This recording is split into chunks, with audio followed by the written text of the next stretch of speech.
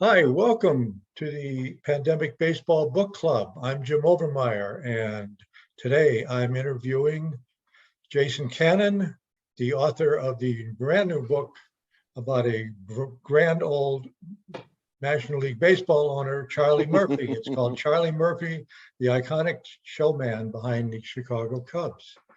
I'm a Cubs fan. There up on the wall behind me is actually a drawing of Wrigley Field.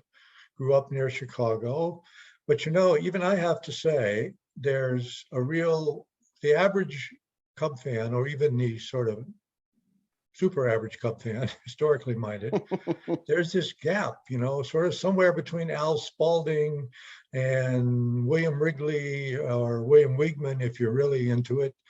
There's this sort of Sargasso Sea of Cubs ownership. And in that period of time, they arguably or unarguably really had their best stretch of play ever. So we're going to find out more today about Charlie Murphy. And I got to say, one of the best things I like about this book was the fact that Jason, instead of kind of tap dancing into it in his introduction, oh, this is how I get interested, and this would happen, that would happen, he just roars right in and tells us that Hugh Fullerton, the famous sports writer, said Charlie Murphy was the most hated and upsetting figure in the game. And Fullerton liked him. And Justin says, you say he upended the typical personality of the baseball magnate, but he was a complicated, brilliant human being, immersed in the world of organized baseball during the progressive era. So tell us about Charlie Murphy. Well, thanks, Jim. It's great to be with you. Yeah, one of the reasons why I started with Hugh Fullerton is, I think we were talking just a minute before we started. It's kind of the old Reading Rainbow line. You don't have, don't take my word for it. And I think with Hugh Fullerton, you have a particular individual who knew everyone throughout the game and his experience as a writer. And that's one aspect of it, of course. But at the same time, he's a very unique figure in Charlie's life, in that they go way, way, way back to their youth. And they grew up in small Ohio towns, about 15 to 20 miles apart. And Hugh was very familiar with Charlie as a teenager, and so he has a unique perspective on not only Charlie Murphy as the owner of the Cubs, but he has a really special perspective on Charlie as a person. And so he knew all of the ins and outs of his family life, and how driven Charlie was, and how brilliant he was, how fearless an individual Charlie was in terms of being willing to go against the grain. But at the same time, he knew where that came from, and it was driven by a difficult childhood. And so, yeah, I wanted to start with Fullerton because I thought if I'm a reader and I'm picking up this book, and if Fullerton can speak to you in the introduction, he might be able to grab you in a way that certainly I could not, and potentially anybody else, because here's an individual that, to your point, not many people have even heard of or are familiar with. And so I thought Hugh was, who was writing that piece after Murphy had passed away, he really does give you some insight into, wait a minute, there's a lot going on with Charlie, not just as a person, but also, as you mentioned, the tumult during his time as an owner in the National League. How did Murphy start? Well, Murphy, let's talk about it. His youth matters, his connection to Fullerton and Fullerton era, where Fullerton lived, and to Wilmington is important. So let's jump to that. Tell me about Charlie's early life up to when he becomes a sports writer. Yeah. So Charlie's parents were both Irish immigrants. They both experienced the Great Famine in Ireland. They came over at different times. His father, Patrick, and his mother, Bridget, did not know each other in Ireland, but met in Ohio. His father, Charlie's father, Patrick, who his nickname PJ in Wilmington, he became known as PJ. So PJ, he married Ellen Murray, another young gal who was also an Irish immigrant there in town. And sadly, Ellen passed away in childbirth. And so they have a son, William, who splits time between Patrick living with his father and living with his maternal grandparents. And then a couple of years later, PJ remarries Bridget, and their first child is Charlie. And there's a little bit that goes into that. PJ really had a challenging time of things after his difficult immigration. Obviously, that all that goes into that we talk about in the book. But he loses his first wife, and then his best friend Webster Ferguson, who works with him. They run a plastering business. Webster starts to really struggle mentally and has an emotional breakdown and winds up being institutionalized. And so in one fell swoop, PJ loses not just his best friend, but his business partner.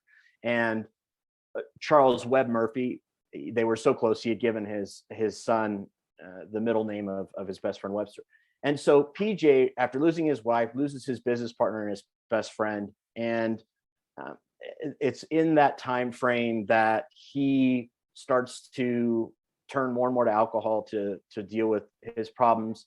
And it becomes an issue with the family. And at one point, Charlie, now who's growing up, sees that he may have to step up and take a job to help support his family, which includes not just his mother, but his three younger siblings. So as they grow up there in Wilmington. And Charlie's this enthusiastic, really energetic kid. Everyone around town knows him. He puts on musical performances in the plays, and he's all over the ice skating rink, and people take note of this. They know who he is. He's a ball of energy. And he always had that personality, even from his youngest days. And it reaches a point where PJ is just no longer able to provide, and instead is in trouble with the law off and on for a number of years. And so Charlie ends up going to work, and he works at a local drugstore, and he fills prescriptions and things of that nature for Dan Fullen in downtown Wilmington. And it's at that point that we know that Fullerton and Murphy meet, and it's most likely through baseball. Murphy played a ton of baseball as a kid. He played with his younger brothers, and they played on local fields. And he was a catcher quite a bit of the time and broke fingers and the whole bit, but he loved the sport. His brothers loved the sport. And as the years went by and the teenage years continued, he really used it as an escape to avoid going home. And so it was school, baseball, work, repeat. And it was at that point really where he's established himself in town. People know who he is. He's built a lot of relationships with locals as they come in and out of the store. And he's supporting the family essentially at that point. And so he decides that he would like to move to Cincinnati. He's a little bit older at this point, gets into his older teenage years. And there was some talk of him going to pharmacy school. I could never find foolproof evidence that he went to pharmacy school, but that was the thought. And so he moves to Cincinnati, and in his early days there, he works at another drugstore. And it's at that point he starts to get to know journalists coming in and out of the store, and decides that he'd like to make a career change. And he does, because among other things, he could write, and he becomes a sports writer and a sports editor in Cincinnati. And getting a little bit ahead, as we know, not so much anymore, but once upon a time, being a sports writer could in fact be a route to being a baseball executive. Van Johnson took it, Ford Frick took it. Charlie Murphy did it in a sort of a hyper accelerated way. And if you could tell us about that. Yeah, absolutely. And what was amazing about it is at the time in Cincinnati, you have a small group of individuals that they really got to know each other around the ballpark. And that would be John T. Brush, who at the time was running the Reds. You have Van Johnson, who for a few years there is writing. You have Charlie, who's also writing at that point. Charlie Comiskey is brought in to play first base and manage as well. So you have these figures who are getting to know each other at a very young age, and then later on they spend a lot of time in organized ball together. And so I think one of the key points when looking at that space and time of his life is he's getting to know all these individuals. He's really networking as he's writing. And one of the most important connections he makes is with John T. Brush. And John T. Brush was, oh man, a grizzled old grouch who didn't much care for anyone or anything. And Murphy amused him to a large degree. I mean, he was just kind of taken with Murphy's enthusiasm and positivity and energy. And so he took a liking to him. And that relationship was really a game changer for Charlie. As he's writing in Cincinnati and covering the Reds, Brush eventually moves on, sells his stake in the Reds, and becomes the majority owner of the New York Giants. And it's in 1905 that Brush starts, or just before the 1905 season, Brush starts to think, this Murphy guy might be able to help me with the New York press. And he's been really successful at increasing baseball coverage here in Cincinnati, which was something Murphy was passionate about doing. In fact, one of the things Murphy was really responsible for was starting a movement towards covering what today we would call like the hot stove league. In other words, during the off season, covering the news. And Murphy was just constantly trying to come up with tidbits that they could print in the paper.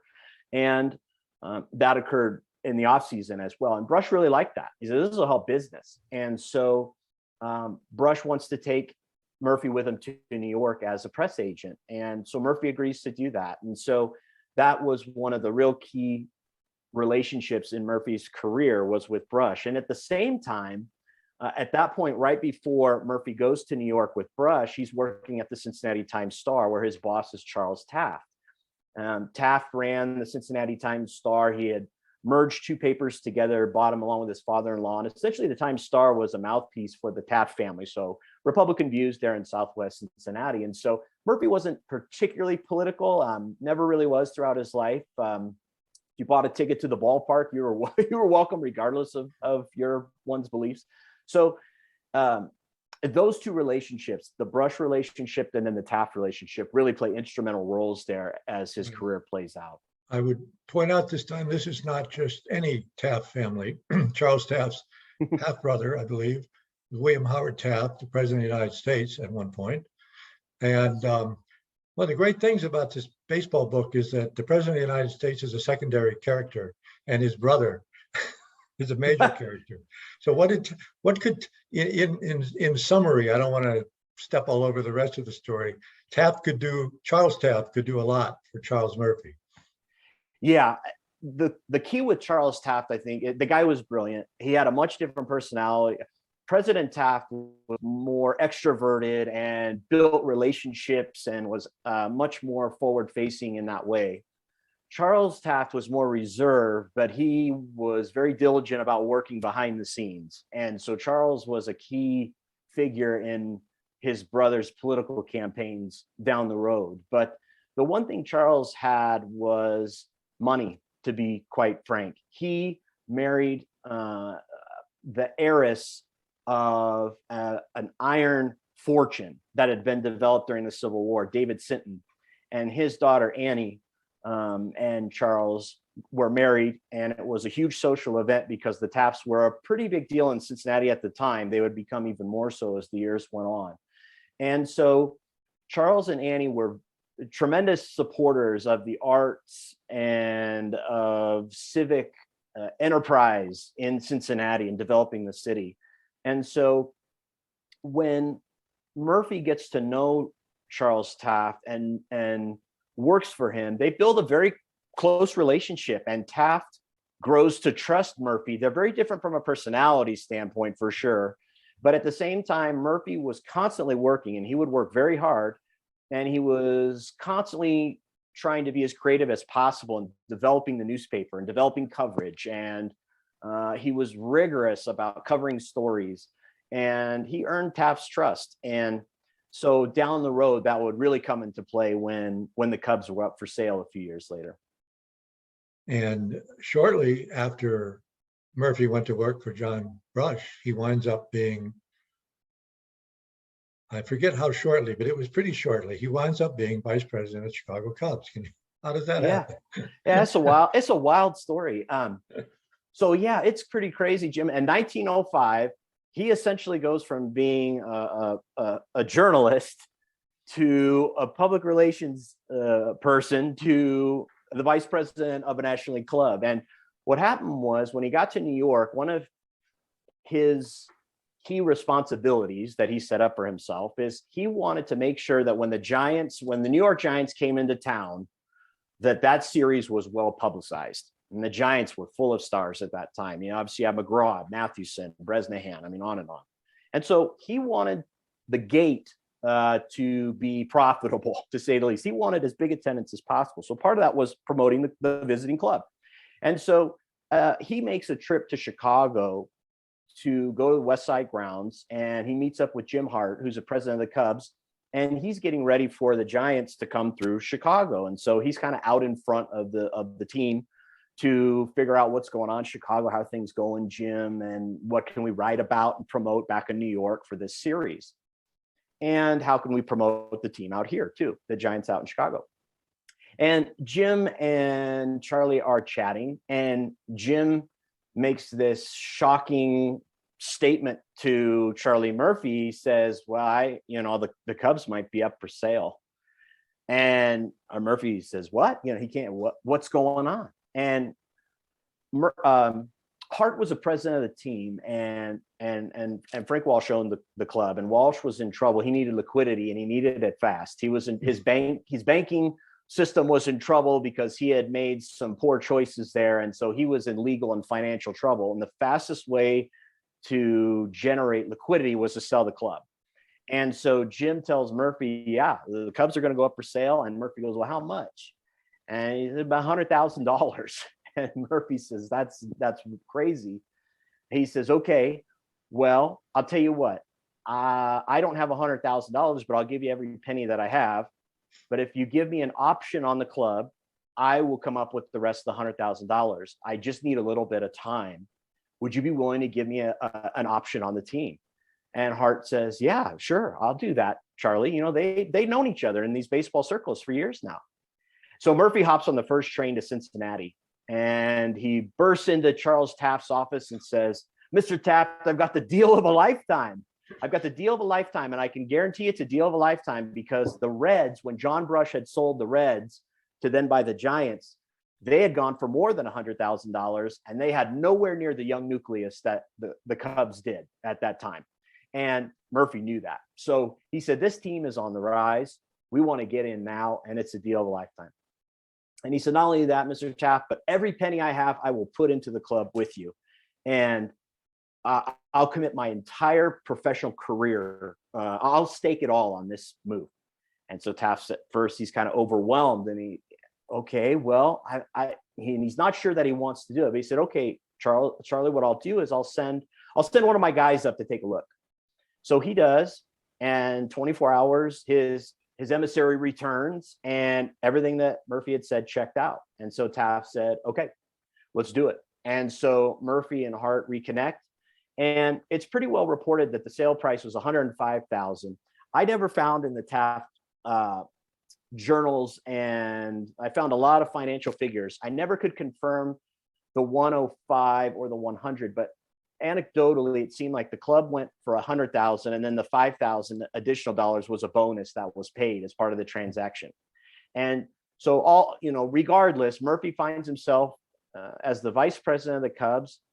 Hart and he have a great relationship. Hart says, I'll do everything I can to teach you the ropes. I'm ready to retire to some degree anyway. This isn't quite the way I wanted it to end.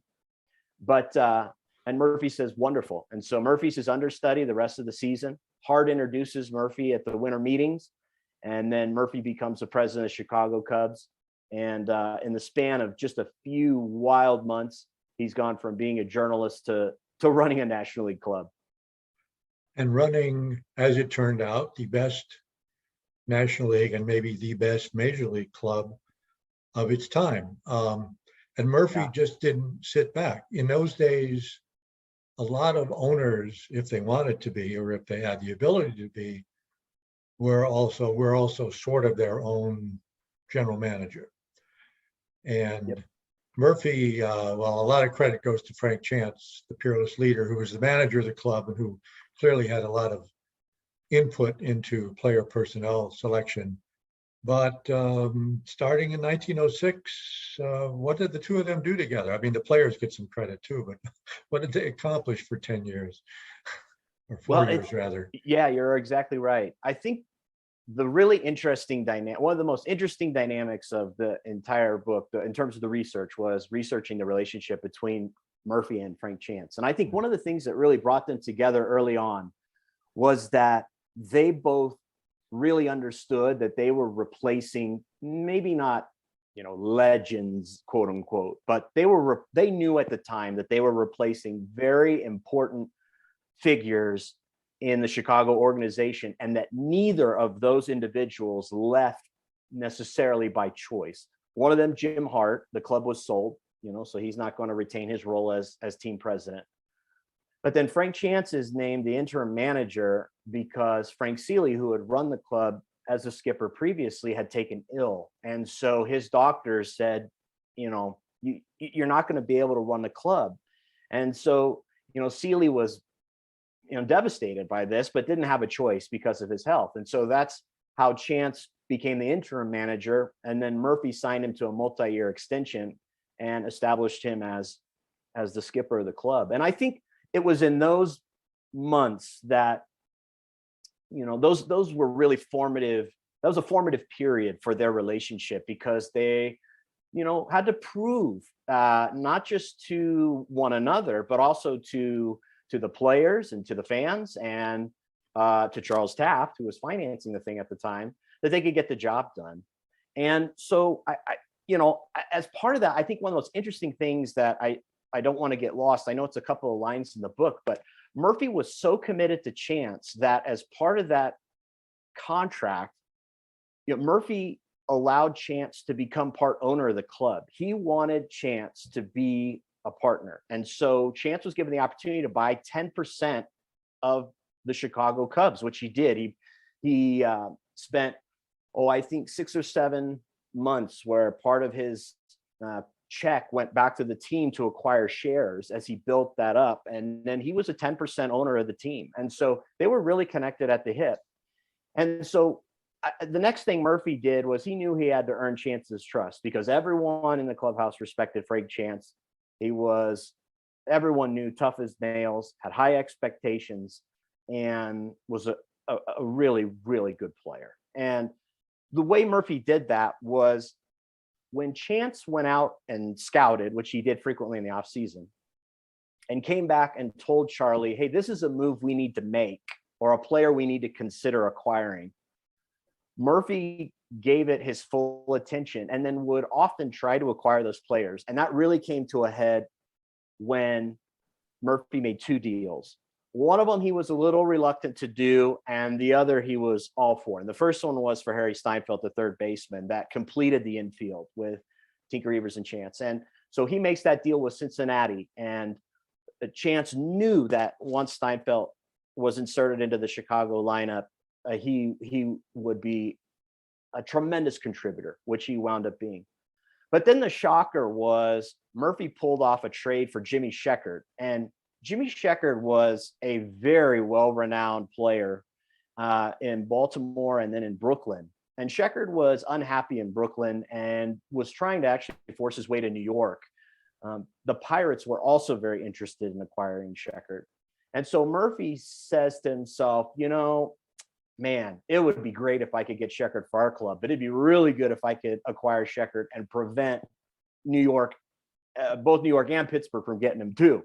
So he makes a blockbuster trade to acquire Sheckard, and Frank Chance was blown away by this. And he says at one point, there's a lot of executives that claim they're going to go out and make these moves, but our guy just did it. And he says at one point, he is one of us. And they were very tight in those early years. And I think a big part of it is they spent that first year and a half proving to each other and to themselves, to be honest, that they could replace Hart and Seeley and lead the team to great heights, which they wound up doing. Yes, to keep people from running to baseballreference.com while we're talking, from 1906 to 1910, they won 4 pennants out of 5 years and finished second the other year and won 2 World Series, right? Mm-hmm. Yes. A tremendously successful run.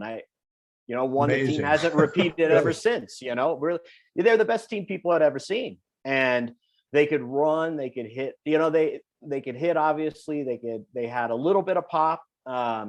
They obviously became known for their strategical expertise. That was a big part of the way they played, and Frank Chance demanded that they play hard. And Evers, for as many boats as he rocked over the years, he respected Chance so much. And he even tells a story at one point. He slides into second base. He hears the bone crack in his leg, and he gets up and runs to third because that's what Chance wants him to do. And so, not just anyone could have managed that team. And one of my hopes, to be honest with you, Jim, is that through reading this book, I hope that readers, at least I happen to me, and I hope the same happens for readers, is I have such a greater appreciation for Chance the manager after reading this book, because there were other players where, they were struggling in other organizations, but he brings them in and he says, oh, I've got a game plan to get you right. And here's what we're going to do. Orville Overall is the first one that jumps out at me. And so he comes up with a plan to help Overall, the starting right-hander, fix some mechanical things and work through some fatigue. And then he becomes a very effective starter for them. And so a Chance as a manager, just tremendous. Right. So we're sort of at the apex of the Charlie Murphy success story, but then things start to happen. And I have to say, I'll kind of go through them in sort of chronological order. If you have other ways to portray it, be my guest. Not all these are really Murphy's problems. Murphy's problems. They're not his fault. There's a there's a big dispute over ticket distribution in the 1908 World Series, which the Cubs were in, where the ticket scalpers seemed to have wound up with a lot of tickets and the fans didn't. And of course, he falls out with Chance. And then, name me one successful major league general manager or baseball operations guy who didn't fall out with their manager sooner or later. But this Murphy can't get up on top of these things. And can you explain kind of what happened and why he can't kind of keep riding his success over things that could happen to any club president, really? Yeah, no, it's a great question, Jim. I think it's really true. I think one of the things that at one point in the book I wrote that there were moments in his career where he was trying to survive instead of simply thriving.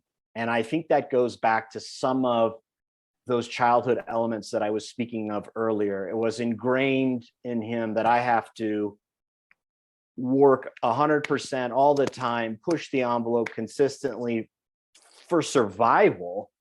And that instinct stayed with him. And it was only years later that he kind of mellowed out, if you will. And one of the results of that is he didn't really have strong political alliances in the boardroom with other owners. But you're right, 1908, you get the ticket scandal. It's a problem. There's no getting around it. Scalpers have the tickets, the fans don't. They're in line at Spalding's to buy them. They get to the front of the line and they're told there aren't any here. Well, where are they? I mean, these are very real problems that the organization had. And of course, their team secretary, Charlie Williams, argued the turnaround was so fast and the demand was so strong that we just struggled to get them out. And it seems reasonable to some degree. But then if you look at the 1909 series that the Cubs had nothing to do with, they had the exact same thing happen. They had another ticket scandal. So it is interesting in context how some of Charlie's problems were actually problems for everyone, but they found a way to pin them on him at the end in a way that was kind of unfair. But at the same time, I think, Jim, one of those things, the survival instinct, I think, was part of it. And the other part of it was, I think that for Charlie, winning, the need to win, the passion to win at times would cloud his judgment and how he interacted with people, particularly his players. And there were moments where he forgot, how much Chance had sacrificed physically I mean, Frank Chance essentially gave his body, his physical body, up for the Cubs organization. And there were moments in conversations where I think Charlie would get frustrated with what Frank was asking for, or, you know, one time he had agreed to a contract extension, and then Chance wanted to renegotiate the terms of the deal because they had wound up winning the World Series in 1908. They had agreed to a multi-year extension during the season. They were in third place, and they ended up winning the pennant and then winning the World Series. And Chance goes to Murphy at the end of the year and says, "Hey, I'd like to kind of revisit the terms. You know, the situation's kind of changed." And Murphy says, "Well, wait a minute. I let you name the term, the salary. I let you." So, and Frank says, "Yeah, I know, but now it's changed. We've won again." And Murphy loses his cool and accuses Chance of letting his ego get out of control. And that was a mistake. It was a mistake because Chance was a prideful guy and cared more than anyone possibly could about the organization.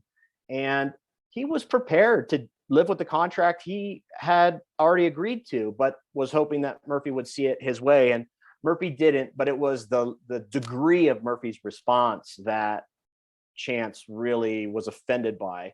And I think that's a moment where Murphy's like, well, who's trying to take this from me, versus just having kind of a greater appreciation in that moment for what Chance had gone through. And I think you see moments of that from Murphy. And I think later on, in fact, I know later on in his life, when he looked back and he talked about the team in retrospect, and he said, Chance was the architect, I was the builder, and Mr. Taft paid for it all. And we, by working together, when we worked together, we did something that baseball history will remember. And I think in those moments, I think he understood and could appreciate why Chance had been so upset at Murphy's reaction. And frankly, Jim, they were just so alike in a lot of ways. They were so alike. It's kind of like when you're like a parent and then you're butting heads with a parent. And then when you sit back and look at it, your spouse goes, well, you realize you're arguing because you're so alike. You know, that's not what's happening here, but it's exactly what's happening here. And I think you get a lot of that between the two of them. But then things got much worse. And two things that jump out at me. Mm-hmm. One is he and Charles Taft got involved with Horace Vogel. And we don't have time to get into Horace Vogel today, but needless to say, in early 20th century professional baseball, being involved with Horace Vogel was being in trouble. What happened? It was a big mistake. And what this goes back to Brush. We talked about John T. Brush a little bit earlier, and this goes back to John T. Brush. At this point, Ban Johnson has firmly established himself as the lead dog in organized baseball. And John Brush, at the end of his life, is not a huge fan of that and wants to gain some of that control back. And so one of the ways to do that is to, install individuals who will vote your way into the presidency of clubs. And so Brush wants to put Vogel in charge of Philadelphia, which he's able to successfully do. In no small part, Murphy helps him. And it was a mistake. And there's just no getting around it. And it turns into a complete disaster. And you're right. Things were never the same for Murphy and organized baseball after that situation unraveled on them. And after that, not too many years, comes the Federal League. Now, the Federal League made a lot of trouble for many people and many clubs, including themselves in the end. But is it fair to say that's what really did Murphy in as a major league club owner? And if so, what the heck happened? Yes, I think the short answer is yes. This situation was different. The other owners and Murphy, they worked a lot of situations out. And Murphy wasn't the only one causing problems. There were other owners who caused problems, but they seemed to somehow, like a cat, they would fall and land on their paws sort of internally. But once you had this external competitor, it really changed, the dynamic changed. And so there were a couple things that happened. The primary one being that Murphy fired Johnny Evers, who was manager of the Cubs at the time. And so Evers is then exposed to this ever-changing environment with a competitor. And so all the other owners know that Charlie Wiegman with the Chicago Federal League team is going to be interested, and he's got the financial backing to sign Evers, who, when he's fired, is essentially Evers' lawyer tells him, you're essentially a free agent. You could sign with anyone for any amount. And this sent a shudder through the other owners, because Joe Tinker had already spent some time, and Tinker was involved in the Federal League as well. And that's a whole nother story, where Tinker ended up in the Federal League mainly because Cincinnati and Brooklyn had botched a trade. Everyone knew that Tinker would be expensive to sign, and Charlie Ebbets didn't want to pay him, but Murphy wanted Tinker to take over as manager of the Cubs, but it didn't work out. Tinker goes to the Federal League. Now Evers could possibly do the same. And so it's at this point where the other owners essentially put their foot down and say, we can't have any more of Murphy. And that's driven to some extent because Ban Johnson, at this point, the American League president, is constantly telling them Murphy's a problem. And Ban Johnson says, we will go to any lengths to eliminate Murphy. Yeah. And he meant it. He meant it. At one point, he tells the NL owners, we're going to sever ties with you because of your relationship with Murphy. And they call his bluff and don't worry about it.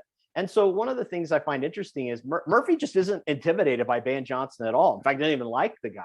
And it stems back decades from when they were in Cincinnati, and he knew Johnson as this young, hotshot reporter, and was like, Ban Johnson's not a big deal. I've known him forever. I mean, but Ban Johnson had a lot of power.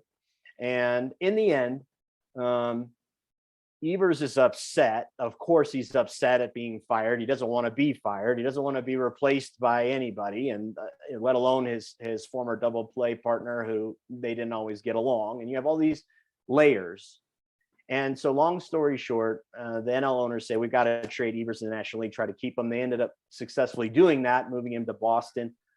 And Evers takes his anger out on the National League, and of course, he hits 438 in the World Series, and Boston wins the 1914 championship, and it's Evers' third ring. And Murphy's forced to sell the team. They go to Charles Taft, and say, hey, it's reached a point where we can't get out of this anymore, and the Federal League is a real problem as a competitor. And so he agrees to sell, and Murphy does for a pretty penny, and he's very happy to get out of the game at that point. Murphy, eventually, it took a while, I think, for the deal to work out, for the money to arrive, but yes, Murphy got over $400,000 on an original investment of $100,000. Mm-hmm. You could put up with a lot of hate for that, I think.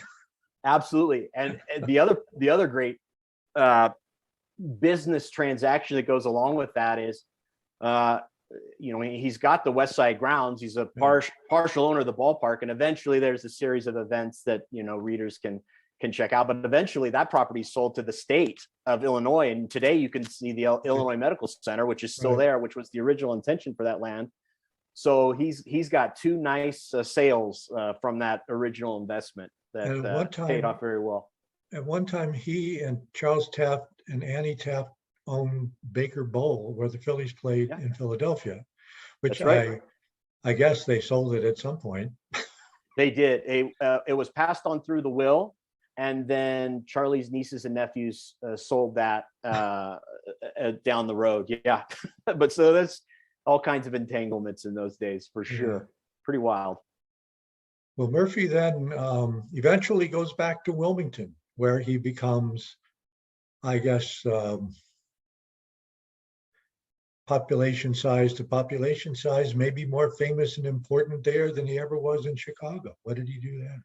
Yeah, he was, and he loved his hometown, and he wanted to give back to his hometown. And so he builds a performing arts theater. And throughout the book, I try to highlight a few separate times throughout his life where, from a hobby perspective, he loved the theater.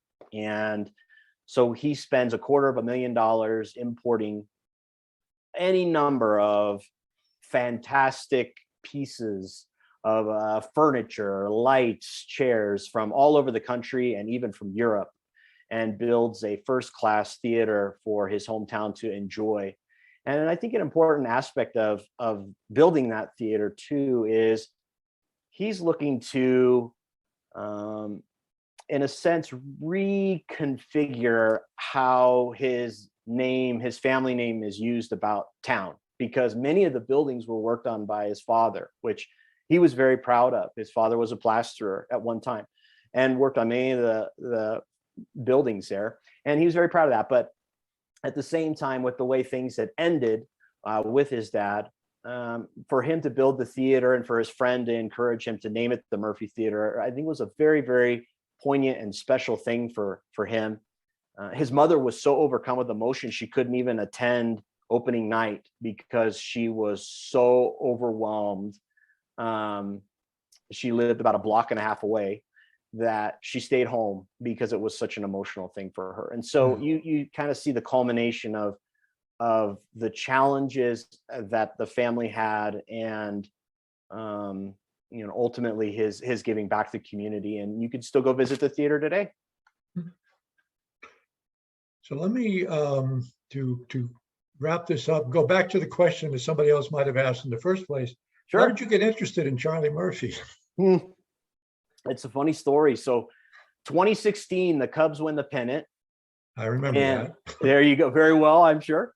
And so I turned the TV off. They win. Okay, great. I think they beat the Dodgers, right? So that's a good thing. Yep. And so, okay, great. And then, get ready to dinner. A friend of mine sends a text message and he says, basically, we've got to look into this guy, Orville Overall. And someone on the broadcast had mentioned that Overall had thrown the last game-winning pitch in 1908, years ago, the series clinching pitch in 1908. And now, 108 years later, it would be somebody else. But Overall had been the guy. And Overall was from a small town in Central California. Well, it turns out he's from the same hometown that we're from, my friends and I. And we were pretty familiar with local baseball history, had never heard of the guy and couldn't believe it. And so we thought, what in the world? And so I dived right into doing some research on him. And as part of that, he he found himself in some contract squabbles with Charlie Murphy. And I said, who's this Charlie Murphy? I said, hey, I love Chappelle's Show, just like everybody else, but that's different Charlie Murphy. What's going on? And the more I tried to find on Charlie, I realized that there's a few ghost stories and there's a goat named Murphy and this type of thing. But there was nothing on Murphy other than he was just kind of this guy who gets kicked out of baseball because of his personality. He was abrasive. And my first thought was, okay. But then I was thinking, you've won a grand total of 0 titles outside of the guy. I mean, how much of a clown could he be? 4 pennants and 2 titles. I mean, and so so the more I got into it, he, not only from a personality perspective, because he's so interesting a guy, and his family background, tremendously fascinating, but also we were talking about an era, I believe it was Kate Murphy, and inside of her dust jacket, one of the first books I read was her book, Crazy '08. And she has this quote from Frank Chance that says, whoever heard of the Cubs losing a game they had to win? And I said, sign me up for some of that. There's so much being written about the Cubs losing the game and this whole thing. I was fascinated by, let me see some Cubs with some swagger. And that's kind of how we got into it. And then it took off from there. And it took about 4 years to research, but it was, I loved every minute of it. And I hope that readers will find his life interesting as well as they learn hopefully about a chapter of Cubs history that's really important, I think. Absolutely. Yeah, and I have had the advantage of having read your research notes at the end, but you're a person of the West, but you went to a lot of other places to research this book. Where did you go? Yeah. What did you do? I spent a lot of time in Ohio. I don't know if we're sponsored, but there is a wonderful gal who she bakes cookies every day at 4 p.m. at a particular hotel in Wilmington. That when I would get back from my research day, I ate many of those cookies over the many weeks over the 4 years. I'm very appreciative of her. Spent some time in Cooperstown, Cincinnati and Chicago, of course. But I think one of the things I learned through working on this project, I was constantly hoping that there would be a stack of papers that would appear somewhere I had heard there was Don't we all? right. Amen. Right. I had heard there was a scrapbook at one point that had ended up in the Wilmington mayor's office. And so I'm digging around for, nope, no scrapbook. But he was such a prolific writer. Obviously, he's a journalist, and he wrote a bunch of letters. And I couldn't really find anything in terms of standalone. They didn't have kids. And so I wondered if just over the years stuff had gotten lost. But really had a breakthrough at Cooperstown because he corresponded frequently with Gary Herman, who was the president of the Cincinnati Reds, but also a member of the National Commission. And Herman kept everything. And that treasure trove of letters opened up a whole new avenue to have direct access to Murphy, because so many of his letters were saved by Herman. And if his letters weren't, Herman's responses to Murphy were there. And so you could kind of figure out at least where to look or what to look for. And then the other aspect of it was the National League minutes, the meeting minutes, the stenographer would be in there. And so I got to be a fly on the wall on all those winter league meetings. And I think that's reflected in the book. I tried not to get too cumbersome for the reader, but I wanted them to have that experience that I had, which was you literally get to kind of be a fly on the wall and listen to them talk about any number of things. And you think, wouldn't we have loved to have been able to do that during the lockout over the last 6 months? But 100 years ago, you can find those meeting minutes and every word is there. And so those were two incredible resources that really made the book. It wouldn't even been possible without them. Right. So this book is Charlie Murphy. It is being published, not out yet, but soon, right? Be out June 1st. June 1st. Yeah. University of Nebraska Press, one of the fine purveyors of baseball titles, I must say. But you've got another project in the works, as I know.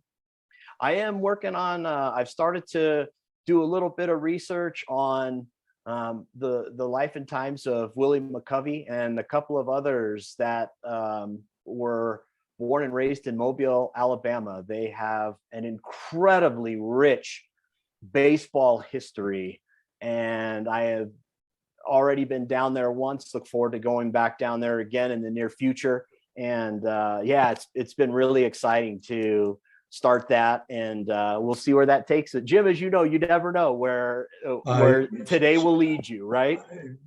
Absolutely. I mean, I stumbled across the Newark Eagles business papers in Newark and wound up writing a book. How did that happen? It was meant to be, right? Yeah. Well, anyway, it's a wonderful book. It fills in a big chapter in baseball history, and it's been great talking to you today, Jason. It was my pleasure, and thank you so much for having me. Have a great day.